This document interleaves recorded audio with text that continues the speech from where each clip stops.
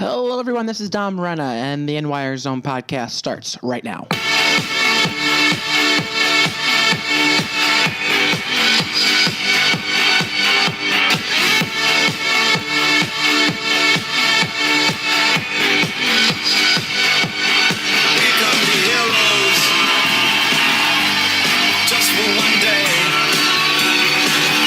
And welcome inside this week's edition of the NYR Zone podcast. Please excuse the lack of a voice that I have today. I was at the game last night, rooting on the Rangers up here in Buffalo in a 2-1 overtime victory over the Sabres. Rangers are 1-1 in the two games since the break.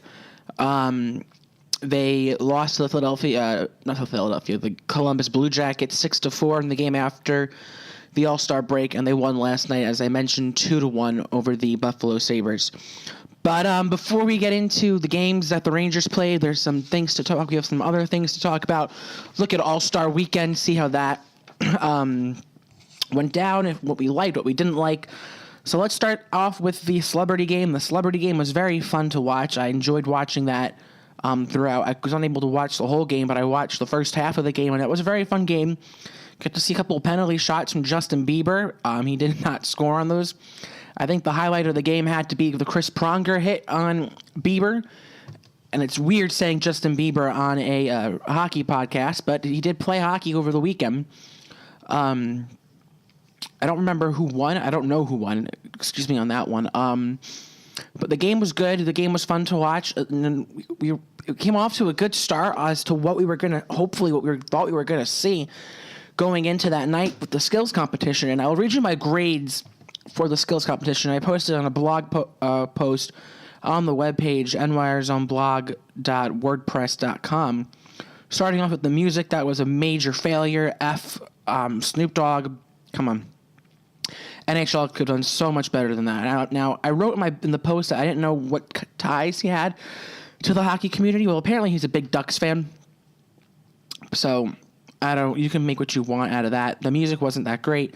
Wasn't really like a hockey vibe type of music. I would have rather heard Justin Bieber perform, but is what it is. I can't really do much about it. I don't think we'll see him perform again at a hockey event, mainly due to the inappropriate language that we saw from him.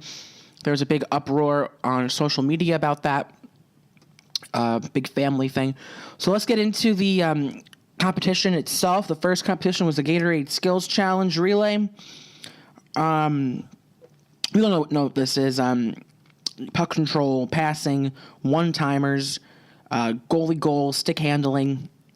I gave it a B+. It's always been a fun event to watch. For me, it's the event where we really get to see the skills that the players have. Crosby and Kane were amazing. Subban was amazing. Really no criticism on that one. The only reason why I gave it a B+ was because of the broadcast. NBC Sports Network was very bad with it. It was very unorganized, very sloppy. Other than that, the event itself was good, and I really do believe that the NHL should continue the event with the Gatorade Skills Challenge Relay. The next one that we saw was perhaps the worst thing I've seen hockey ever produce, ever. The Honda 4-Line Challenge. Read what the instructions say. The event involves 4 shooters from each team. Each shooter will shoot from one of 4 shooting positions: the near blue line, center line, far blue line, and the far goal line. It was by far the most boring event I've ever seen in hockey. Don't really understand what the point of it was. It was more of a intermission gimmick that fans get to do. But the NHL said, let's just see if our players can't do what the fans can't do. That's what I took out of that. It got a D+ because of Mike Smith. Mike Smith was one of 3 players out of the 17 players that took part in this event to score on the net, and his shot was by far the hardest one of all because he was shooting from the far goal line and was only able to get it through the 5-hole slot, and he got it on his first try. Should the NHL continue the event? Absolutely not. Competition 3 was the DraftKings NHL Accuracy Challenge. We got a glimpse into the future on this one. 3 of the 6 players that took part were rookies or second-year players in Patrick Laine, Austin Matthews, and Connor McDavid. Matthews put on a show, clearing all 4 targets in 12.28 seconds. After the previous 4 skaters took 15 seconds or more to hit all the targets. But then Sidney Crosby showed us again why he's the greatest hockey player in the world, clearing all targets in 4.73 seconds and winning the event for the Metropolitan Division. And the NHL should continue this event, absolutely. The 4th competition was the Bridgestone NHL Fastest Skater. Don't really need to explain that. Gave it a B+. I wrote how the game really shows us how it has been evolved over the last few years. The only issue I had there is I don't think we saw the fastest skater in the league take place. Yes, McDavid's a very fast skater, and so was McKinnon. But I really feel like the NHL should pull in something like an NBA or an MLB type thing here where you don't have to be an all-star to take part in the skills competition. I think that was the case a few years ago when Carl Hagelin won the competition. He wasn't necessarily an all-star per se. He was there for the skills competition, and he won it. But I don't know. I guess they want to keep it more of a competitive thing, more of a tournament thing. But imagine seeing Carl Hagelin, Michael Grabner, or Chris Kreider in that event. I'd love to see Grabner and Hagelin race off in one of those. That would be great. Watching Grabner skate, there's nothing like it. He is so fast. To me, he's the fastest skater in the league. The next competition was the Oscar Mayer NHL Hardest Shot. Pretty much self-explanatory there. I gave it a B. Wasn't really impressive. Players are barely getting over 90. The one surprising one for me was Patrick Laine with putting up a shot of 101.7 miles an hour. After what it looked like it was barely going to hit 90. The NHL's Hardest Shot goes to Shea Weber again, who put up a shot at 102.8. Same issue as I had with the fastest skater. I kind of want to see other players and just all-stars take part in that. We'll see how the NHL adopts. And the final competition was to Discover NHL Shootout. And I had a very big issue with how this was conducted. Because the shootout was taken, the way it shaped place was we were only able to see 2 teams go at it. 2 teams, one in each conference. So for the East, it was the Atlantic. And I believe it was the Pacific for the... the Atlantic and the Pacific for the West. So only players from the Atlantic and Pacific Division were able to take place, except for 2 players, Patrick Kane and Sidney Crosby. Their shot was worth 2 points, and the Atlantic won. The highlight of it, and the reason why I got a C+, was for Ryan Kessler's son, who beat Carey Price in the shootout in place of Ryan Kessler. That was a nice moment there. I would continue the event, but you have to go back to the old format because we're not seeing all the league's creativity of the players, and we're taking a fun event and turning it into not really something fun to watch. It was very boring to watch from my perspective. Overall, great for the skills competition was a C-. NHL has a lot of work to do after what I consider the worst skills competition to date. There's a major problem when the celebrity game is more entertaining than that. And I'm going to go out even further and say that the mascot game was more entertaining than that. The Western Conference won that game on a penalty shot goal from the LA Kings mascot, Bailey. Go figure, you kind of think it was rigged a little bit, but it is what it is. That brings us to the game itself. Metropolitan Division won the tournament, winning their 2 games. The final game, they won 4-3 against the Central Division, I believe it was the Central Division.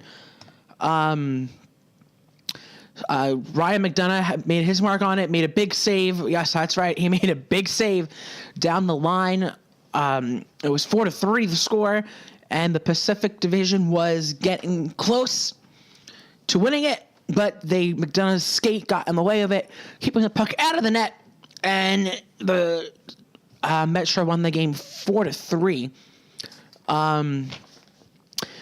Wayne Simmons, the MVP. McDonough played on a line of Crosby and Ovechkin, where they really didn't do much passing with McDonough. It was pretty much Crosby or Ovechkin had it. McDonough had some chances, was unable to finish. McDonough did score on his own net, but Wayne Gretzky got a review. That's right. By the way, Wayne Gretzky was coaching the Metropolitan Division. John Tortorella was unable to do so because of a family emergency.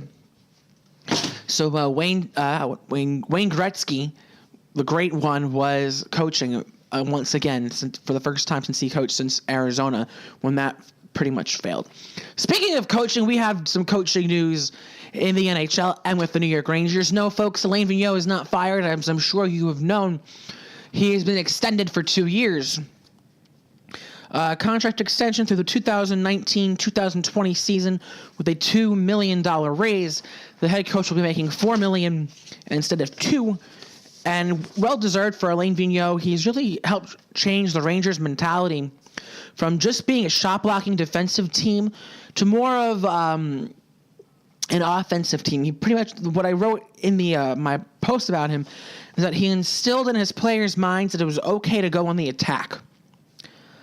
His first year, we all know things didn't get off to a great start. They went 3-7-0 in the first 10 games. Team would trade Callahan that year for St. Louis. Rangers lost in the finals. Second year was the President Trophy year.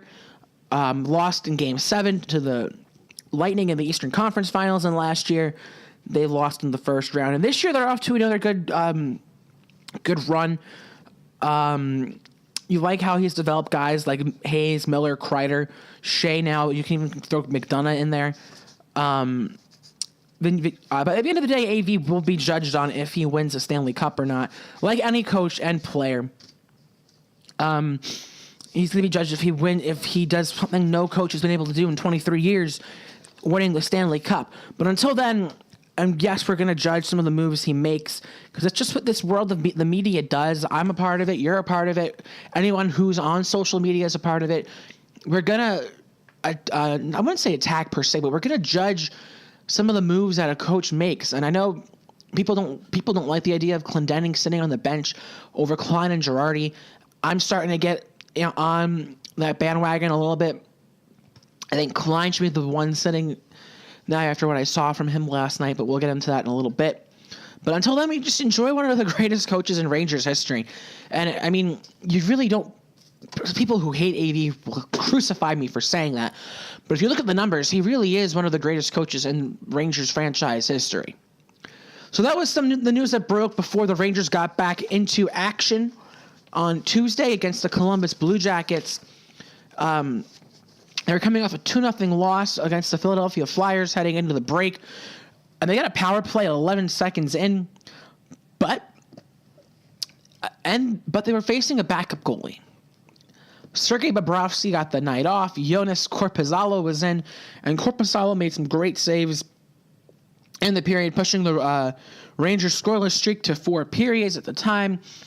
But even though the strong comeback, the Rangers welcomed back Mark Stahl and Jesper Fast still in the lineup, Columbus did not give in at all. There was a turnover from Stahl in the his own zone, gave it away to Seth Jones, who was an All-Star. He got the puck on net in front of a screen. Lundqvist 1-0 Columbus. The Rangers continue to see quality chances on Korpisalo, who made 10 saves through 1. Then things went downhill. Lundqvist was pulled after allowing 2 goals in the first 3 minutes and 38 seconds of the second period to Brandon Saad and Alexander Wennberg. The Saad goal I completely blame Mark Stahl for. He was way too aggressive in the neutral zone on a 4-on-4, opening up a 2-on-1 opportunity, giving a nice chance for Saad to put the Blue Jackets up 2-0. Then Lundqvist was unable to control a glove save, leading to the Wennberg goal, hence being pulled from there. Team did not come out to play defensively at all. Another goal for Seth Jones. Klein got caught trying to make a bad stretch pass. Klein and Stahl had a rough game. Unable to score were the Rangers through 40 minutes. Korpisalo made 18 saves through 2. But then the Rangers fell down 6-0 in the third. And then it's time to get the offense going. Scored goals from Jimmy Vesey, his first in 10 games. Michael Grabner, Chris Kreider, and Kevin Klein ran out of time. For me, the turning point was a timeout John Tortorella called to settle his team down, marking the 7th time this season that the Rangers lost a game after allowing 5 or more goals in a game. They were looking to fix things last night, and they did. Last night was the 2-1 Rangers victory over the Buffalo Sabres in Buffalo. I was at the game last night. Very fun game to be at. There's always fun watching the small rivalry between the fan bases, at least, because there is such a significant contingency of Ranger fans in Buffalo, and I think most of that has to do with the colleges that are up here. People come from around the New York City area that are Ranger fans to college up here, and the game is cheaper. Rangers had 44 shots on goal. Sabres had 37. Matt Zuccarello had the Rangers' first power play goal in their last 16 opportunities. After the game, they were 1 for 18. Ryan McDonough originally got credit for that goal. His slap shot from the point was deflected from Matt Zuccarello. And then later, Blomqvist was sharp through 2. Later on in the third period, at the end of a Buffalo power play, Cody Franson, with a little over 5.5 minutes remaining, put the Sabres on the board, ending the shutout streak for Lundqvist, who was absolutely brilliant last night. Cody Franson's third of the season. We'll get into Cody Franson a little bit later in this podcast. And the game winner was a beautiful goal. Rangers, it was 3-on-3 in overtime. Grabner drew a penalty on a breakaway, which, looking at the replay at the game, was a very, very soft call for me.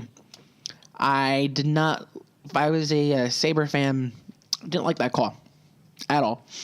Worked to the Rangers' benefit. Rangers had a 4-on-3. Power play just expired. Lundqvist cleared the puck to the weak side. Found Zibanejad. Zibanejad found Miller, who had a great pass to Chris Kreider with an empty net for the game-winning goal. Rangers won it 2-1 in overtime, snapping their small 2-game losing streak. Now, to get into the Cody Franson topic, there's been a debate that the Rangers shouldn't go after guys like Kevin Shattenkirk and go for someone who is less of a player than Shattenkirk, and you're not going to have to give up much. And one of the names that have popped up is Cody Franson. Like I said, I was at the game last night, so I was talking to a couple of Sabre fans who were receptive of sitting next to a Ranger fan, and I asked them what they thought of Franson, and if it was a good, and if they would do a deal to get rid of him. And what I got from the fan is that Franson is at best, 5th or 6th defenseman. And that Buffalo is using them in the top 4. The Rangers are looking for a top 4 defenseman. Franson is essentially the Klein and Girardi of the Buffalo Sabres, from what I was told last night. So, do we really want to move pieces for that? For another one? Yes, the Rangers need to make a move defensively, but from what I heard last night, and yes, he scored a goal. And the fan told me, well, I guess you guys want him out after he scored the goal. But do we really want something else like that again? I mean, the trade deadline is not till the end of the month, but still, it's something to be considered. It is going to be very interesting to see what they try to do. I also read a report this morning that the St. Louis Blues are willing to do a trade and sign, or a sign and trade, with Shattenkirk to whatever team he gets traded to. The Rangers and Bruins are believed to have contacted the Blues about it, but there are no serious offers from what I've been told. So I don't really know what goes on there. And if you're gonna have to give up a lot to get Shattenkirk, you really are. I brought up with Kevin Delury last week on the episode if you'd be willing to give up a JT Miller for a guy like Shattenkirk, and the answer has to be no. It has to be. If you look at the way Miller set up 4 or 5 outstanding plays last night, and Michael Grabner could have had a hat trick last night because of the passes that JT Miller made. But Robin Leonard was pretty good last night, so they really weren't able to. But I don't think you can expect you can't rely on it. You can't make a deal with JT Miller because he's become such an important part of this offense. And then you say, well, do you want to get rid of Rick Nash? Well, the Blues aren't going to be looking for a guy like Rick Nash. The whole reason why they're trading Shattenkirk is they don't want that big of a cap hit. Now, will the Rangers retain some of the salary and give the rest to Shattenkirk in a deal? Maybe. Can they do that? I'm not too sure. But it's something that the Blues don't want to do. And Rick Nash is a very big part of what this team is. Last night was Nash's best game since he's come back from injury, I feel. He had plenty of chances. I thought he scored twice, to be honest with you, from where I was sitting in the arena. But Leonard was there to make the stop.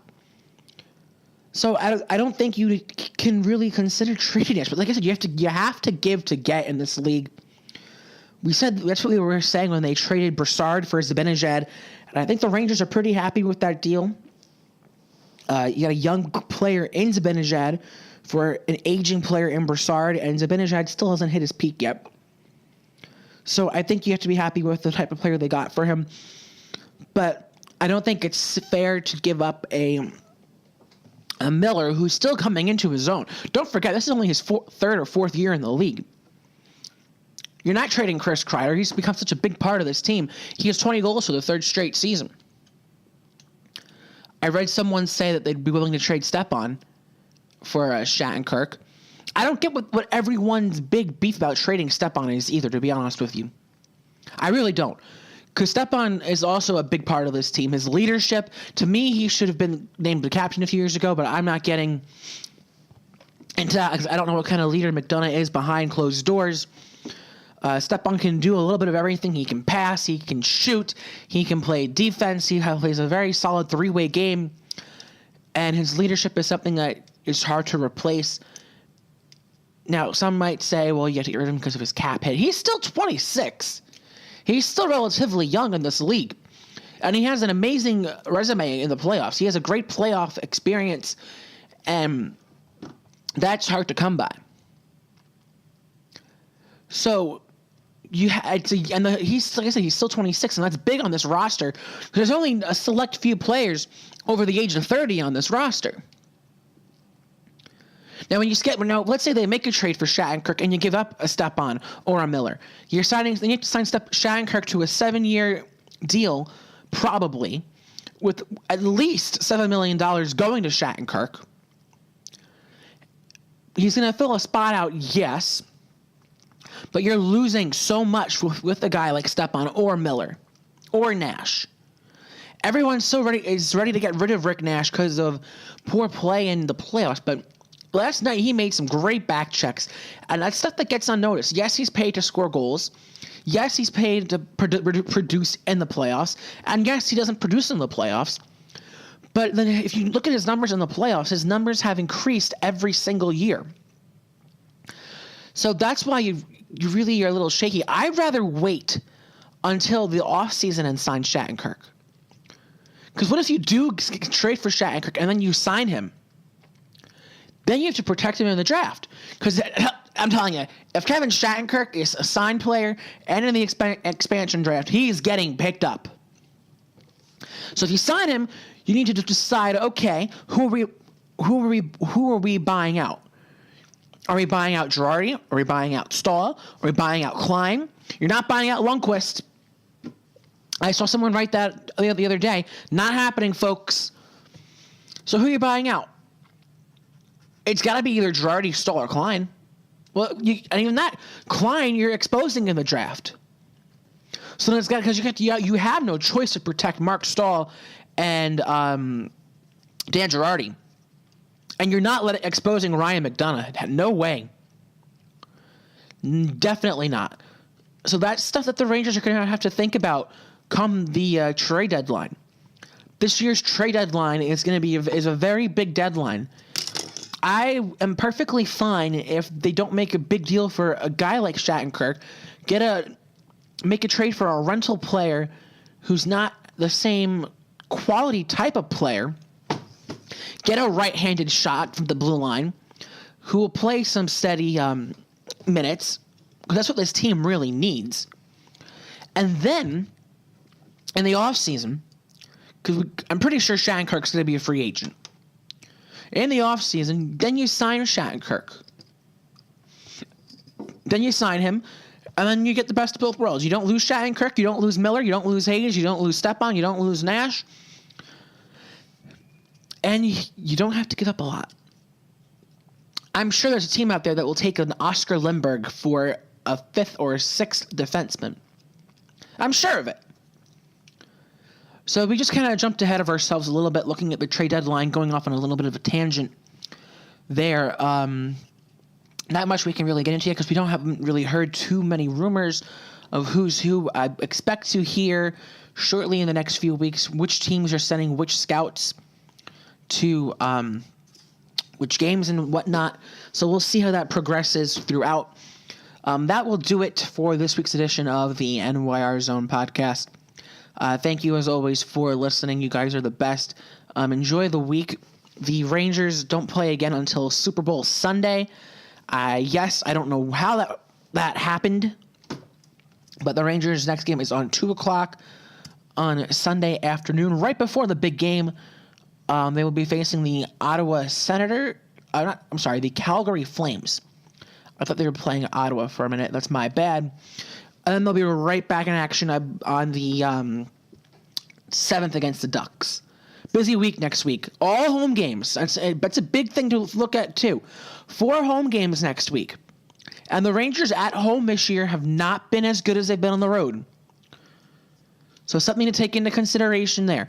That will do it for this week's edition. Thank you for listening, as always. Enjoy the week. Enjoy the Super Bowl. Go Falcons. Don't want to see Brady lift up another championship. Have a great week. Let's go Rangers. We'll see you all next week. Enjoy your weekend, folks.